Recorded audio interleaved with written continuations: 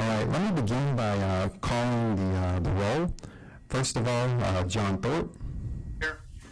Ronald Collier. Here. Jeff Morris. Here. Adam Lewis. I'll let the record reflect that Mr. Lewis is absent. Thank you. Let me just read the notice of meeting and the statement of necessity, and then we'll jump right in. Notice of the September 18th, 2017 teleconference of the Tennessee Auctioneer Commission, posted to the Tennessee Auctioneer Commission website on September 11th, 2017. Now for the statement of necessity. According to TCA 844-108B2, if a physical quorum is not present at the location of a meeting of a governing body, the governing body must file such determination of necessity, including the recitation of the facts and circumstances on which it was based, with the office of Secretary of State no later than 2 working days after the meeting. Furthermore, TCA 844-108A3 defines necessity as matters to be considered by the governing body at the meeting require timely action by the body. That physical presence by a quorum of the members is not practical within the period of time requiring action, and that participation by a quorum of the members by electronic or other means of communication is necessary. This is the regularly scheduled meeting for the Tennessee Auctioneer Commission, and the purpose of today's meeting, with all members attending by teleconference, or at least 3 members attending by teleconference, is to discuss the agenda as noticed on the website earlier. Please note that since we're doing a teleconference, all votes will have to be done by roll. So we'll have to go through the roll after a motion is made and seconded, and then we'll have to vote via roll. First of all, we'll start with the minutes. Did everyone have a chance to look at that? Is this Ronnie? I got a question on that. Yes, sir. In the new business where I was inquiring about the newsletter, why we hadn't got one started back. Yes, sir. It says in there that I requested it. I was just merely checking to see why it hadn't got started back. And okay. I don't know if that makes a difference. And then it seems like, did the administration come up with getting a quote from Nashville Auction School, or what do you mean by that? I can change that from requested an update on the newsletter for the commission, and which we are prepared to give an update at the regular scheduled meeting in October. We're still working on that process, and we'll have a detailed outline of that. But I can put request an update if that's preferable. That's fine. I just, it just seemed like that I was wanting to get one, which I was merely checking into it. That's all I was asking about it. Thank you very much for that clarification. I'll go ahead and make note of that then. Okay. Anything else? Nope. Okay. Can we get a motion to accept it with the revision as stated? So moved. Jeff Morris. Got a second? Ronnie, second.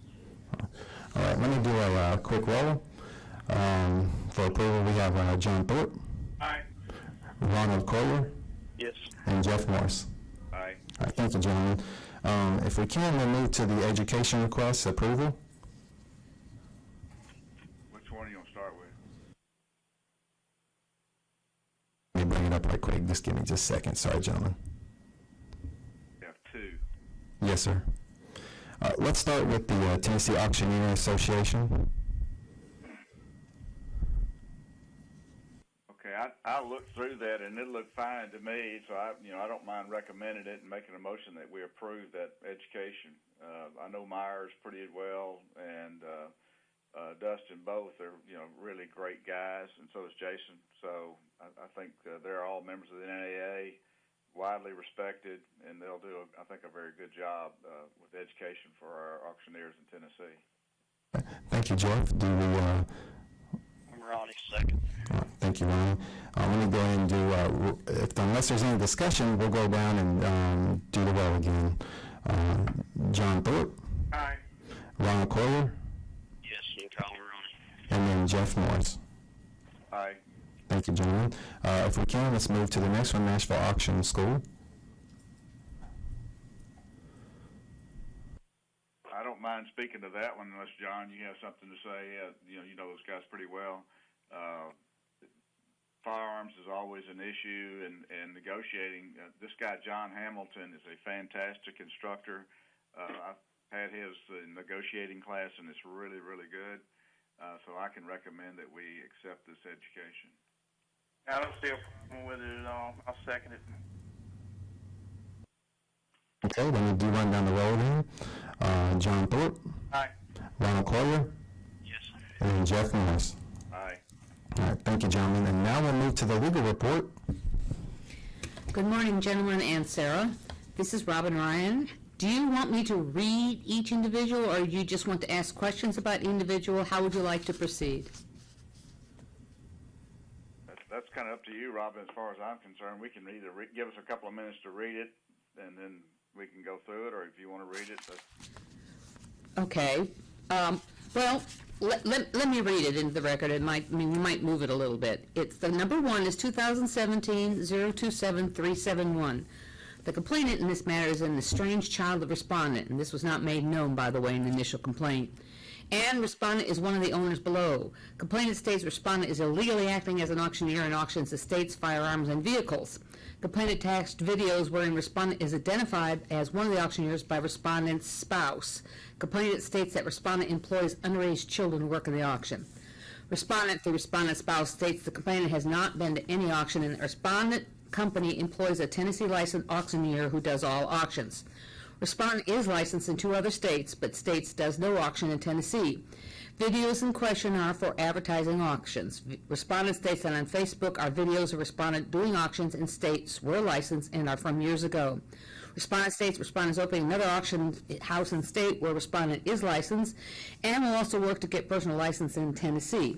Respondent state respondent does not employ underage children, but that teenage granddaughter and step-granddaughter sometimes check customers in and out while being supervised by respondent in effort to include them in the family business.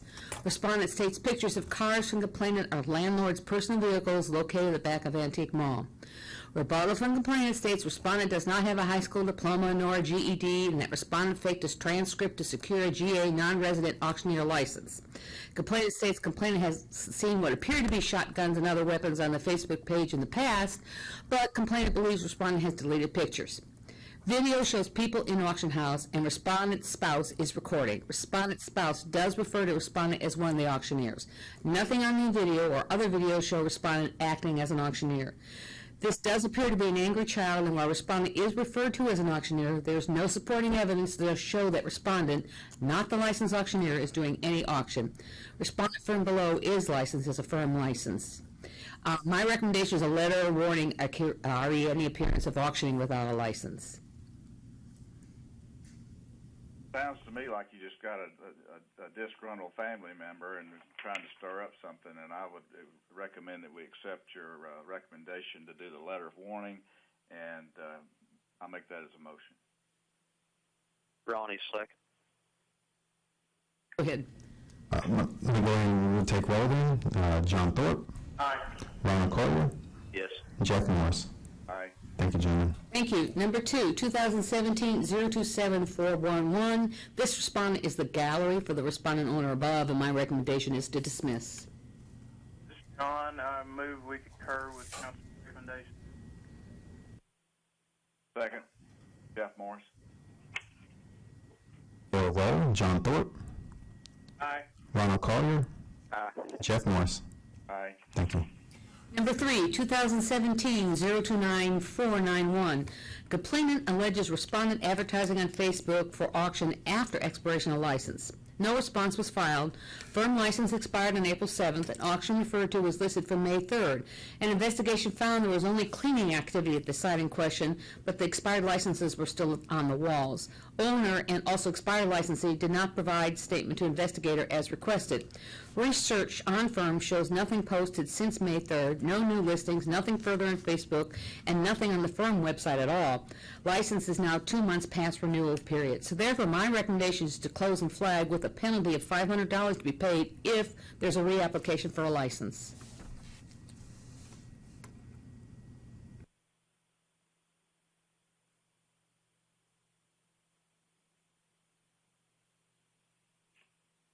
Ronnie makes a motion to go legal.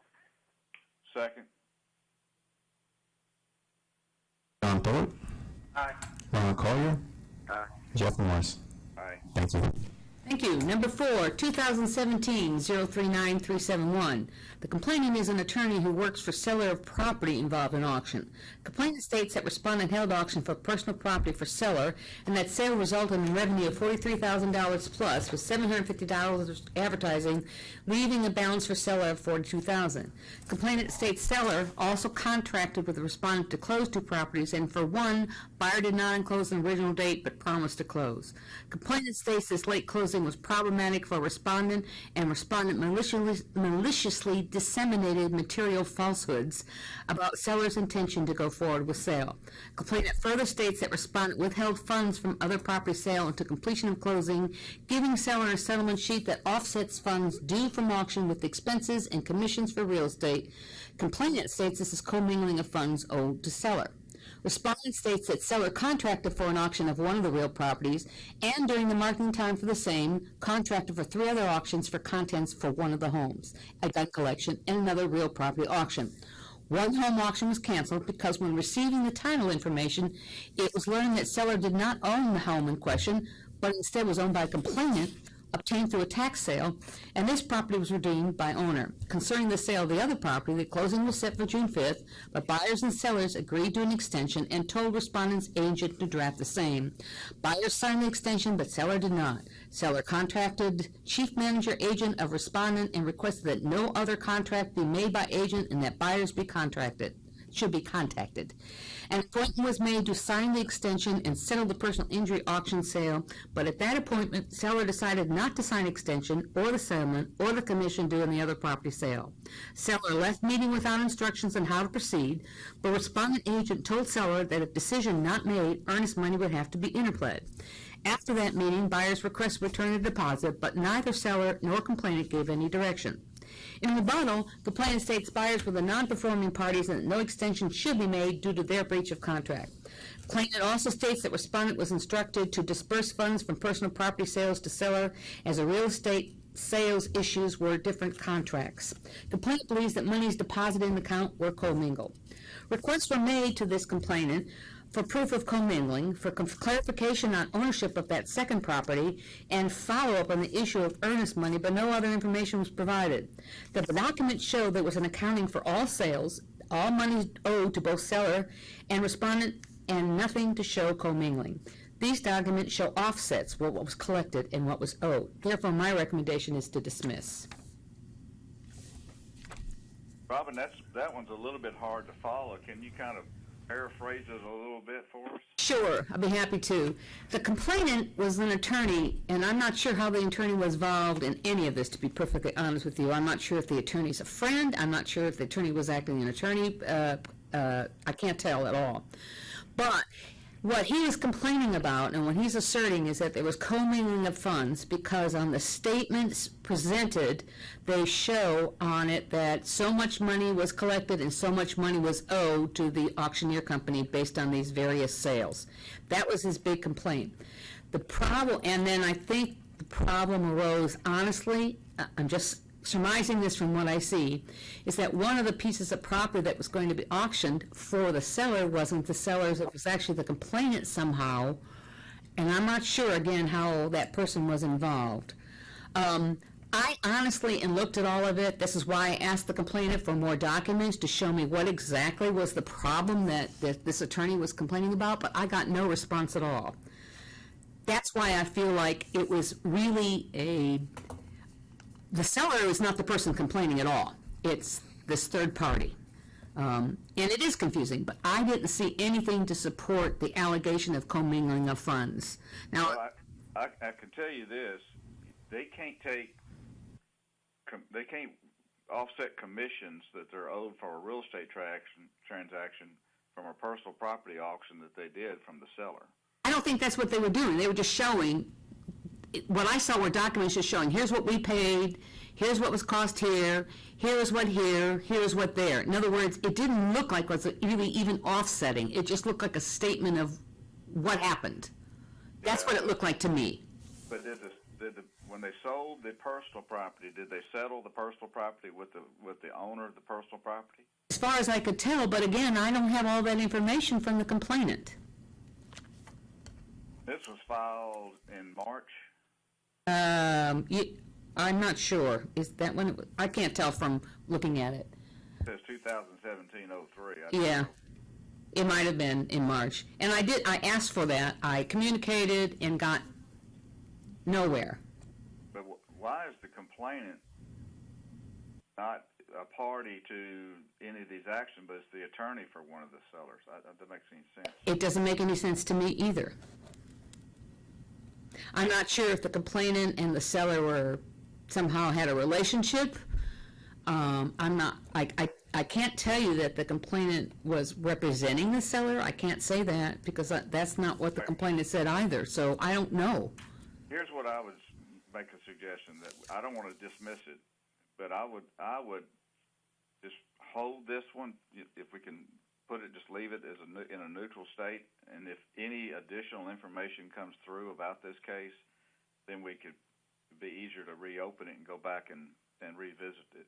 Well, what we could do then is we could do what's called a close and flag for just exactly that and reopen if it comes in. Otherwise, we go up beyond our period and it sits there in limbo. Is a close and flag acceptable? That's fine with me. I don't want to just dismiss it out of hand because we don't have enough facts, in my opinion, to just say, well, there was nothing done here. Well, I understand that, and that's why I reached out and tried to get more facts, but I got nowhere. And that's troubling, too. They may have settled it among themselves, and it may not ever show up again, but that would be my recommendation, and I would make that in the form of a motion that we close and flag that one. Ronnie, second. Second row then, John Thorpe. Aye. Ronald Carter. Aye. Jeff Morris. Aye. Thank you.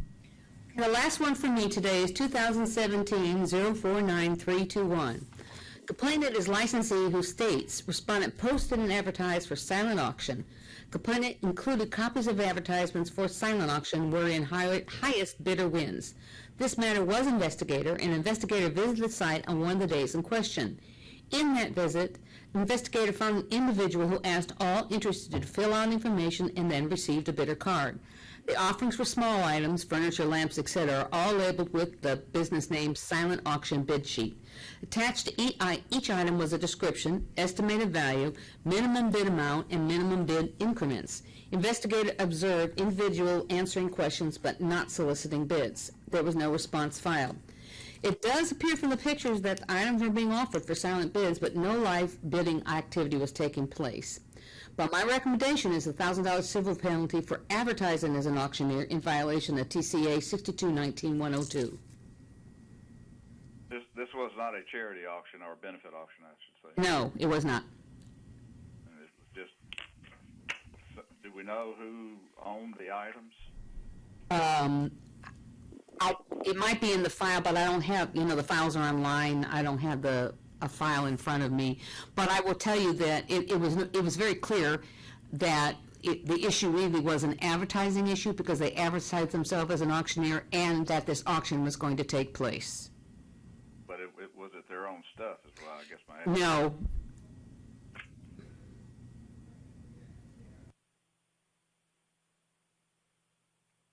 Not that I could tell. What do you think, Ronnie?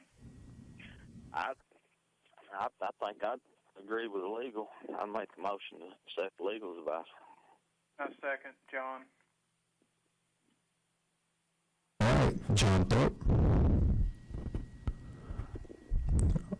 Roll call vote. John Thorpe. Ronald Collier. Aye. Jeff Morris. Aye. I will tell you, gentlemen, that sometimes when we send out these consent orders, all of a sudden we'll get a bunch of new information, and if that occurs, I'll bring it back to you for a different review. But right now, that's sort of where we are.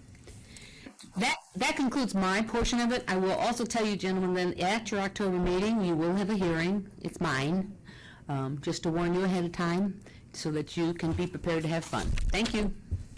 Thanks, Rob. Thank you. Hey, this is Erica Smith, and I'm going to go ahead and go with number 6. It's represent.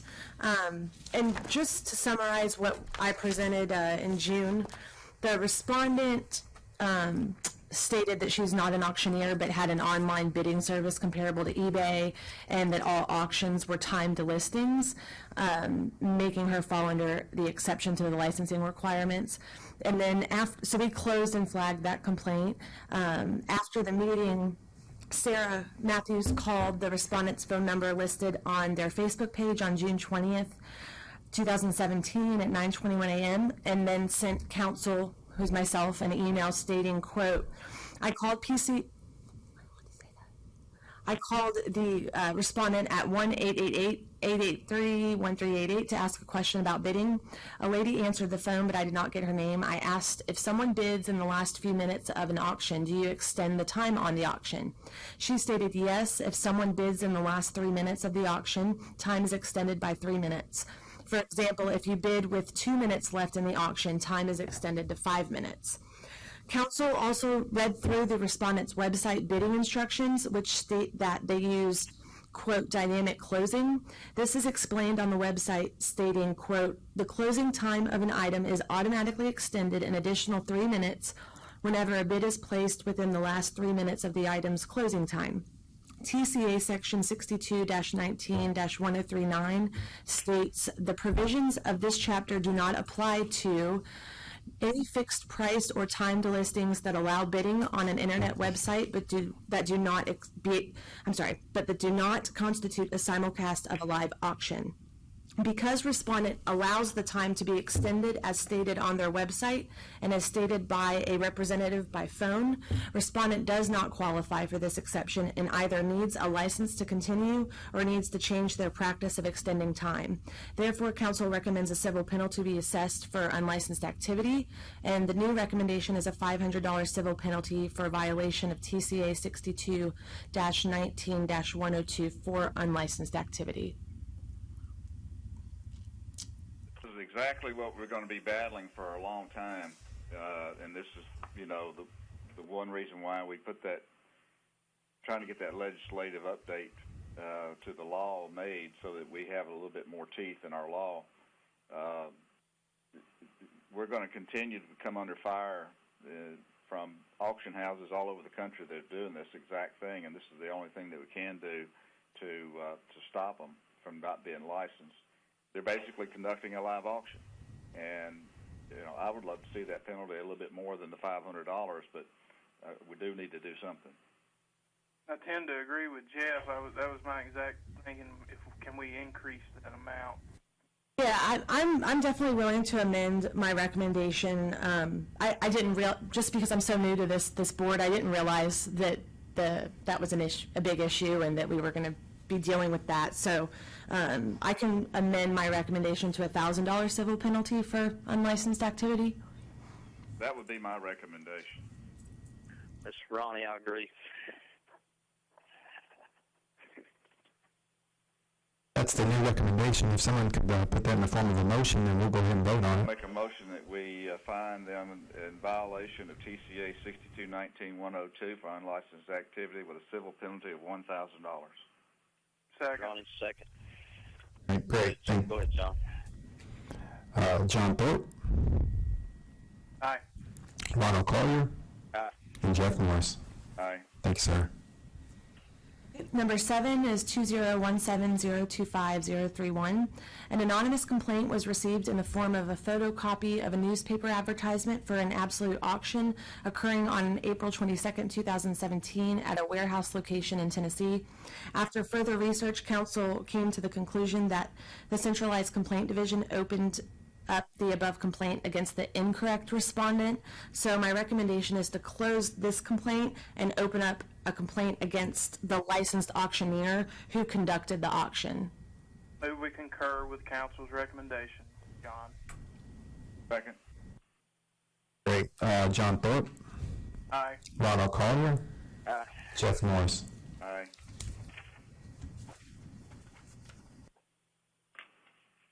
Number 8, 201702491, complainant alleges that he bought a CB radio from respondent on April 5th, 2017, and states that it was, quote, guaranteed to work. Complainant further states that it did not have a power supply, and when he finally found the proper power supply and hooked it up, he found the radio did not transmit. Complainant states he called the respondent and spoke to one of the owners who told him that electronics have a 24-hour return policy. Complainant states that the sales are cash only, and he wonders if they pay taxes on their sales. Respondent states that there are no communications or written policy posted regarding the sales terms and conditions. Our department sent the complaint to respondent on April 24th, 2017, and has not received a response, and the mail has not been returned. Counsel has attempted to call the phone number provided on respondent's Facebook page and on internet phone books numerous times, but the phone rings without allowing counsel to leave a voicemail. Counsel looked at the respondent's Facebook page and found the respondent advertises her business as a thrift and consignment store, and all of the pictures and comments support this. Counsel finds no evidence that respondent is auctioning any items or advertising auctions in any way. Therefore, my recommendation is to dismiss. It's funny. Why would he file a complaint with the Auctioneer Commission? I wondered the same thing. That makes no sense. But I will tell you, I looked over the Facebook page very extensively, and it is very obvious. There's pictures of the inside of the store. It's a thrift store. Okay. Well, I make a motion we accept your recommendation to dismiss the case. Ronnie, second. John Thorpe. Aye. Ronald Collier. Aye. Jeff Morris. Aye. Thank you. Number 9, 2017026-971. Complainant placed a proxy bid on an item, which was an EasyGo golf cart that was listed by respondent as an item up for auction during respondent's live on-site auction on Saturday, April 29th, 2017 at 9 a.m. Complainant states his proxy bid was made online and had a maximum amount of $600.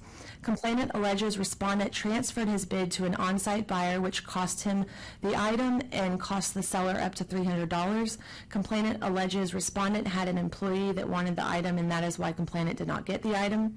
Respondent confirms that an on-site auction took place on April 29th, 2017 at 9 a.m. and explains that respondent allows for on-site live bidding as well as proxy bids from online bidders. Respondent works with proxy bid using a remote operator, which means respondent has an employee on a cell phone talking to a proxy bid employee throughout the auction. Online bidders bid through their computer to the proxy bid employee who is in another state working on a computer. When the proxy bid employee gets an online bid, such as complainant's bid, the proxy bid employee tells the respondent's employee over the phone that there is an online bid for a certain amount. The respondent's employee then tells the auctioneer there is an online bid. During auctions, respondent's employees cannot themselves see when someone bids, if they have a maximum bid, or who is doing the online bidding. The respondent's employees rely on the proxy bid employee to relay each online bid. During the selling of the item referenced in the complaint, the proxy bid employee did not relay complainant's bid to the respondent's employee, so they never knew that the complainant made his online bid for the item. The auctioneer sold the item for $300 to an on-site bidder because $300 was the highest bid known to respondent and the auctioneer. Complainant received the respondent's response shortly after the complaint was filed and did not send a rebuttal or any evidence to prove his allegations, and counsel has no proof that respondent violated any statutes or law, so the recommendation is to dismiss. This sounds to me like there was a glitch, which often happens with those, and the guy was just upset and just made up a story about an employee wanting it. Yes, it does sound like it. There's no evidence to show that, and he had an opportunity to provide that, and he didn't. Yeah, that is one flaw in that method, and we use it often. And fortunately, we never had this happen to us, but it can happen. I felt like it was more on the fault of the proxy bid, which the complaint wasn't filed against. Yeah, I hear a lot of that like delayed or something, Yes. The bid's in late. So I'll make a motion to accept legal advice. Ronnie. Second, John. John Thorpe. Aye. Ronald Collier. Aye. Jeff Morris. Aye. Thank you. Number 10, 17044-121. Complainant is a licensed auctioneer who alleges that respondent has been having regular monthly auctions with an expired license since August 2016. Complainant further alleges that respondent advertises the auctions on Facebook and other social media. Respondent responded to the complaint stating that she did her continuing education at a Nashville auction school in Tullahoma and was told, quote, that everything was good, end quote. Respondent further states that her business has slowed down from a weekly auction to a monthly auction and that she has been really busy starting a new business. Respondent states that she is, quote, now taking the steps to renew her license, end quote. Counsel viewed respondent's Facebook page and found respondent had posted advertisements for monthly auctions and auctions that occur more frequently on her Facebook page, as well as pictures of the items for sale. If respondent does not accept the settlement offer and sign the consent order, counsel will include evidence for each auction advertised on respondent's Facebook page at a hearing. The recommendation is a $1,000 civil penalty for violation of TCA 62-19-102 for unlicensed activity.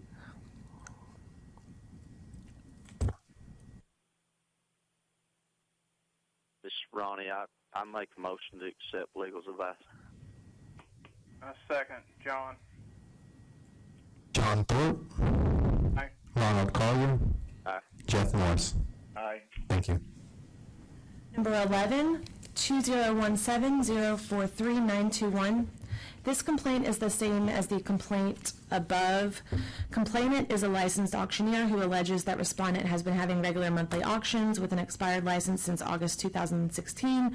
Complainant further alleges that respondent advertises the auctions on Facebook and other social media. Respondent responded to the complaint, stating exactly what verbatim what I stated in the above matter. Now, she did not get a separate complaint regarding the shop, which this complaint is about, so she didn't state anything further regarding the shop, but my recommendation... You've got one complaint against the auctioneer, one against the gallery, is that what you're doing? No, we just have the one complaint against the auctioneer, but we know that that auctioneer has a gallery that is not licensed as well.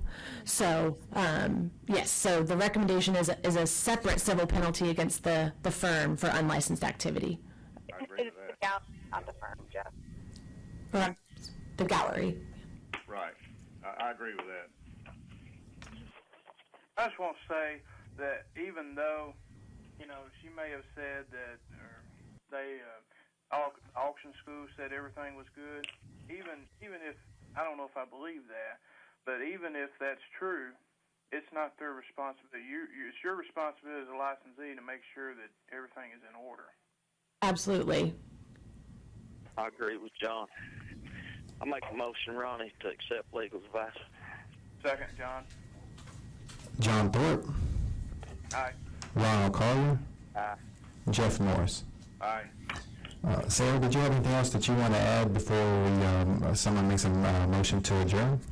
I do not have anything today. All right, sounds great. Would anyone like to discuss anything further, or would someone like to make a motion to adjourn? Well, I was just going to let you guys know I did get reappointed for another term, so I'll be in your hair for another 3 years, it looks like. No, it sounds great. We're looking forward to that. And again, just as by way of a reminder, we do have that formal hearing on October the 16th, our next meeting, and we'll need a physical quorum for that. But we did move through a lot of these legal cases, so I think we'll have plenty of room to accommodate that as well. Thank you guys for coming today. Mm-hmm. What about Howard's seat? What are we doing about that? All those reappointments are with the governor's office, as you know, going through that process yourself already. Every vacancy we have that's pending is being addressed by them, and we've already made those requests to fill those vacancies. So now we're just waiting on updates from the governor's office regarding that. Okay, technically his term didn't expire until next year. That's the reason I asked the question. Yeah, and if you have any suggestions of people that they should look into for appointments, let Roxanna or Glenn know, or myself. Ronnie, that's up in your neck of the woods, so. I think, I hear things, but I think it's like been 3 or 4 guys applied for it. From what I hear, I really don't know. Okay. Well, I think there's some in. All right, well, I don't know, it's just going to be tough with just 4 people. You're right. We're going to be. No, you're absolutely right. That's a good point to bring up, especially when we're requesting a physical quorum.